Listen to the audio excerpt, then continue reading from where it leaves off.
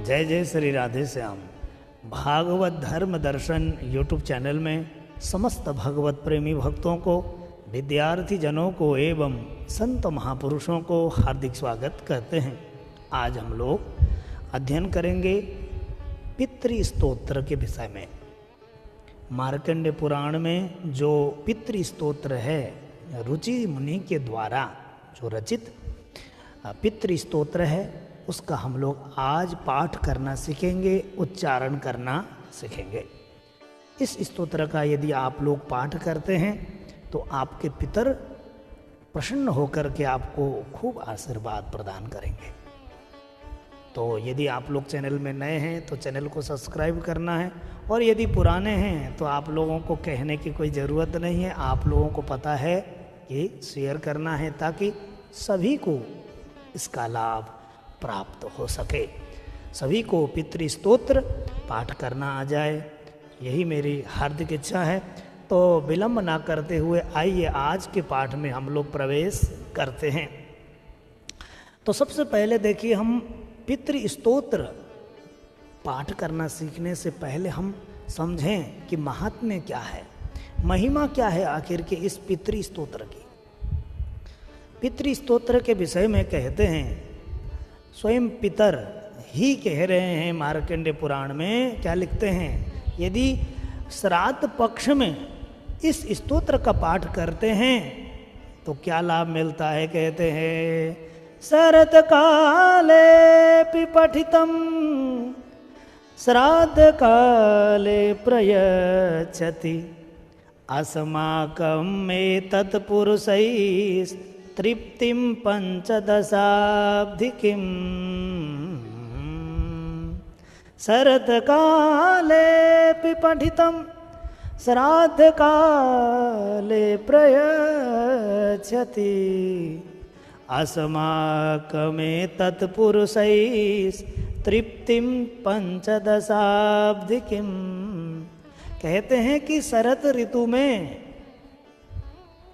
श्राद्ध पक्ष में यह पड़ा हुआ यह स्तोत्र को यदि आप लोग पाठ करते हैं ना तो क्या कहते हैं, पितर स्वयं कहते हैं, यदि कोई भी हमारे संतति यदि इस स्तोत्र का पाठ करते हैं तो हम लोग 15 वर्ष तक तृप्त रहते हैं। उनके नाम से यदि इस स्तोत्र का पाठ किया जाता है तो हमारे पितर 15 वर्ष तक तृप्त रहते हैं, ऐसा लिखा है। इसलिए पाठ करना चाहिए। और यदि लिखने की महिमा भी है, यदि इस स्तोत्र को, ज़्यादा कोई लंबा स्तोत्र नहीं है, ये करीब 11 श्लोकों का स्तोत्र है, और यदि इस स्तोत्र को आप अपने हाथ से लिख करके कहीं दीवार में जैसे फ्रेम में बना करके आप अच्छी तरीके से रख सकते हो, और नित्य प्रति आप पाठ भी कर सकते हो, है ना। तो उसका भी महिमा बताते हैं। लिखने की क्या महिमा है, लिखते हैं, यस्मिन् गृहे च लिखिता एतत्तिष्ठति नित्यदा सन्निधानं कृते श्राद्धे तत्रास्माकं भविष्यति। लिखते हैं, जिस घर में इस स्तोत्र को लिख करके रखा जाएगा वहाँ हम श्राद्ध पक्ष में हर समय समीप रहेंगे, हर समय। और लिखते हैं, यदि श्राद्ध पक्ष में ब्राह्मणों को भोजन कराते समय ब्राह्मणों के समीप खड़े होकर के यदि इस स्तोत्र को पढ़ करके पितरों को सुनाया जाता है तो क्या लिखते हैं, तस्मात् एतत् त्वया श्राद्धे विप्राणाम भुंजताम पुरः श्रावणीय महाभाग अस्माकं पुष्टि हेतुकम। लिखते हैं कि श्राद्ध पक्ष में ब्राह्मणों को भोजन कराते समय यदि इस स्तोत्र का पाठ कर लिया जाए तो कहते हैं, पितर स्वयं कह रहे हैं, वो हमारे लिए पुष्टिकारक होंगे, है ना। कहते हैं कि हम तृप्त होते हैं इस स्तोत्र को सुन करके, इसलिए जितना हो सके इस स्तोत्र का पाठ करना चाहिए, ठीक है ना। तो वो स्तोत्र कैसा है ना, आइए हम लोग स्तोत्र में प्रवेश करते हैं। तो सबसे पहले देखिएगा, वीडियो भले ही लंबा हो सकता है क्योंकि यह करीब 11 श्लोक हैं, तो सभी 11 श्लोकों को आराम आराम से हम पढ़ाएंगे। तो वीडियो लंबा होगा तो छोड़ना नहीं, क्योंकि बहुत से लोग भाग जाते हैं, हमको सब पता है। तो रुचि मुनि के द्वारा रचित है। तो लिखते हैं, क्या लिखते हैं? रुचिरुवाच, कैसे बोलना है? रुचिरुवाच।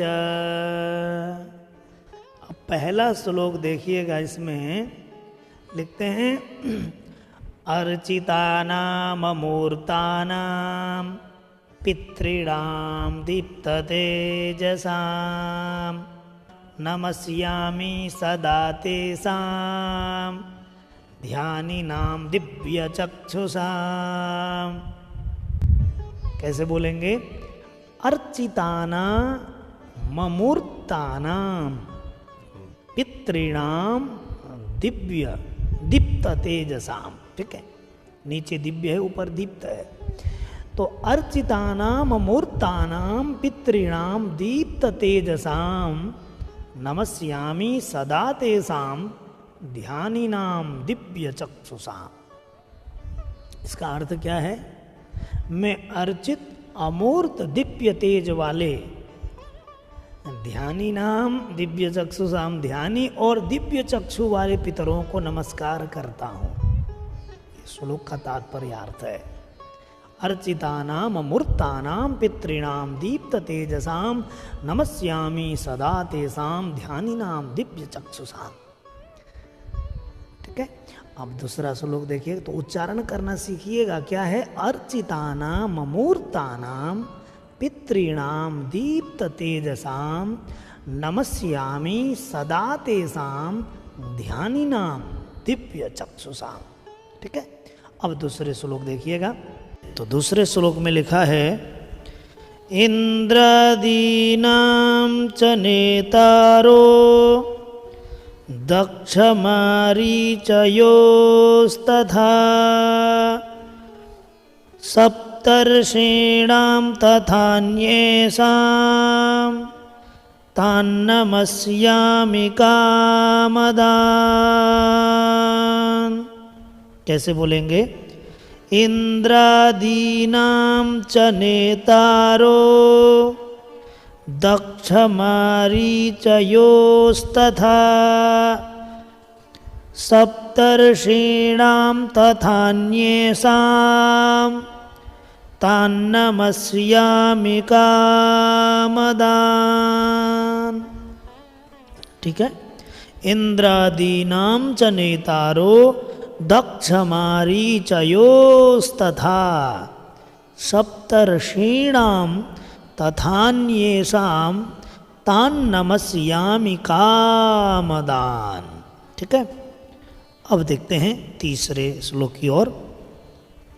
तीसरे श्लोक में लिखा है मनवादीनां मुनीन्द्राणां सूर्याश्चन्द्रमसोस्तथा तान्नमस्याम्यहं सर्वान् पितॄनप्सु दधावपि। मनवादीनां मुनीन्द्राणां सूर्याश्चन्द्रमसोस्तथा तान्नमस्याम्यहं सर्वान् पितॄनप्सु दधावपि। कैसे बोलेंगे? मनवादीनां मुनीन्द्राणां सूर्याश्चन्द्रमसोस्तथा तान्नमस्याम्यहं सर्वान् पितॄनप्सु दधावपि। ठीक है, एक बार फिर बोलिएगा। मनवादीनां मुनीन्द्राणां सूर्याश्चन्द्रमसोस्तथा तान्नमस्याम्यहं सर्वान् पितॄनप्सु दधावपि। ठीक है, अब देखते हैं हम लोग चौथे श्लोक में देखेंगे नक्षत्राणां ग्रहाणां च वायवग्न्योर्नभस्तथा नक्षत्राणां ग्रहाणां च वायवग्न्योर्नवसस्तथा द्यावा पृथिव्योश्च तथा नमस्यामि कृताञ्जलिः।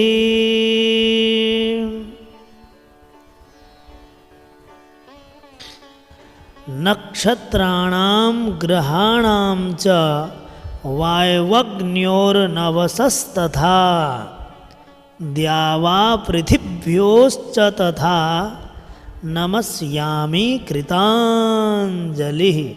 तो कैसे बोलेंगे? नक्षत्राणां ग्रहाणां च वायवग्न्योर, उधर से रेफ लेना है, वायवग्न्योर्नवसस्तथा द्यावा पृथिव्योश्च तथा नमस्यामि कृताञ्जलिः। तो आप मेरे साथ बोलिएगा, नक्षत्राणां ग्रहाणां च वायवग्न्योर्नवसस्तथा द्यावा पृथिव्योश्च तथा द्यावा पृथिव्योश्च तथा नमस्यामि कृताञ्जलिः। उसके बाद आगे का श्लोक देखिएगा, देवर्षीणां जनित्रींश्च सर्वलोकनमस्कृतान् अक्षयस्य सदा दात्रीन् नमस्येऽहं कृताञ्जलिः। देवर्षीणां जनित्रींश्च सर्वलोकनमस्कृतान् अक्षयस्य सदा दात्रीन् नमस्येऽहं कृताञ्जलिः। कैसे बोलेंगे?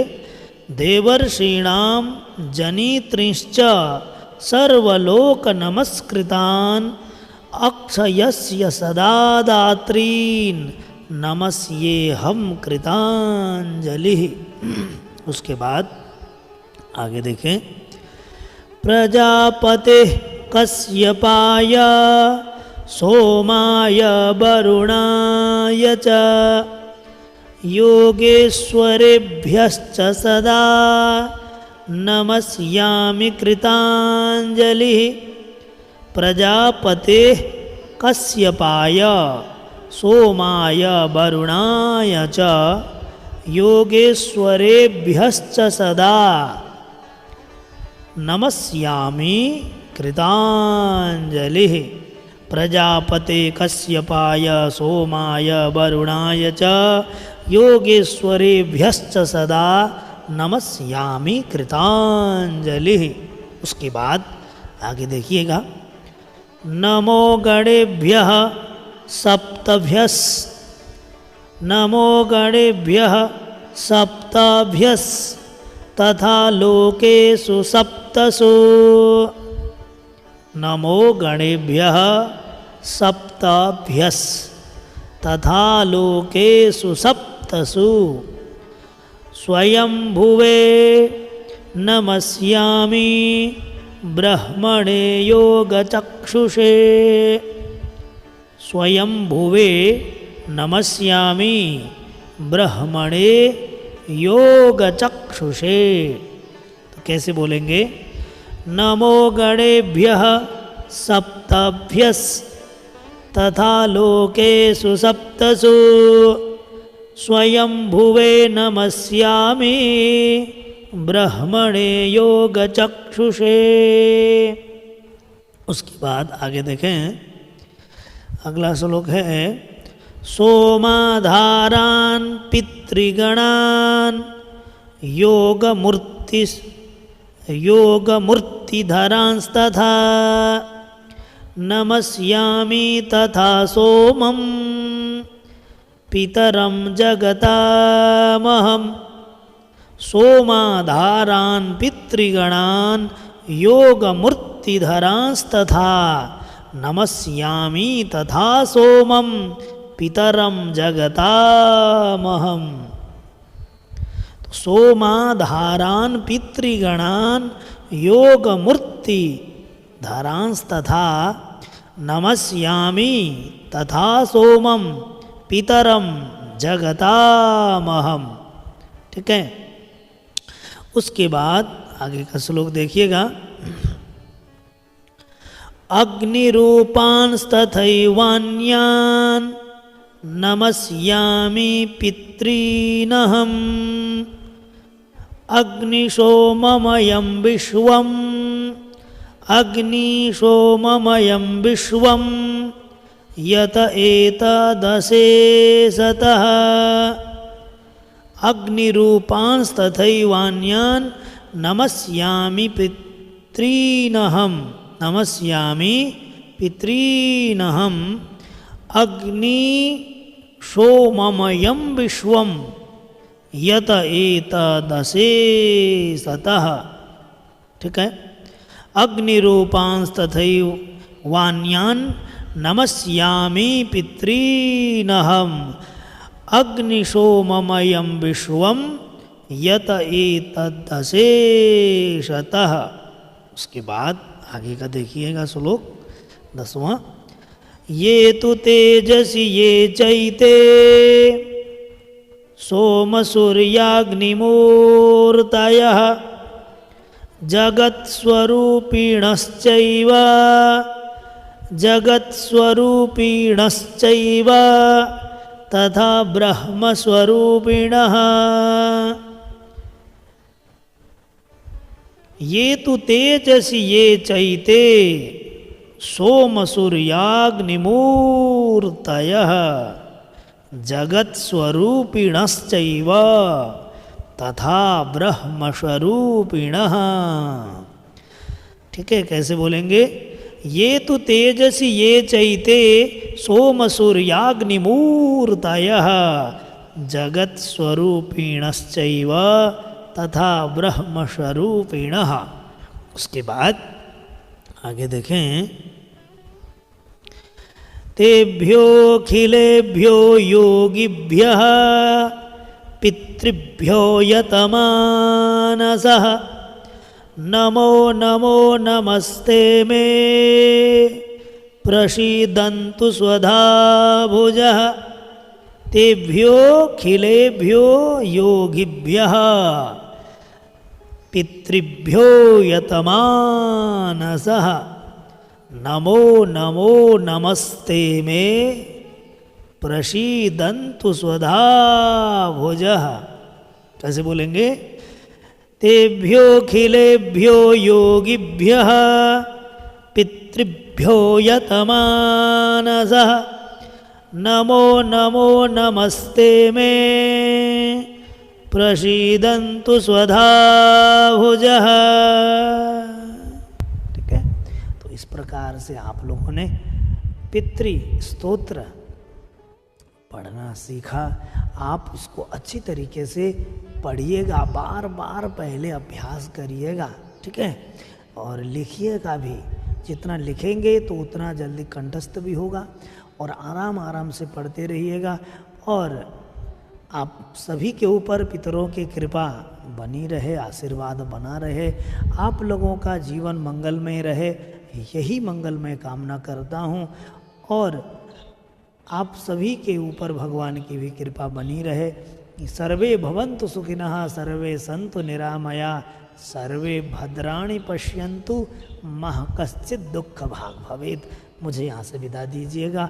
हम लोगों की भेंट पुनः होगी, तब तक के लिए जय जय श्री राधे।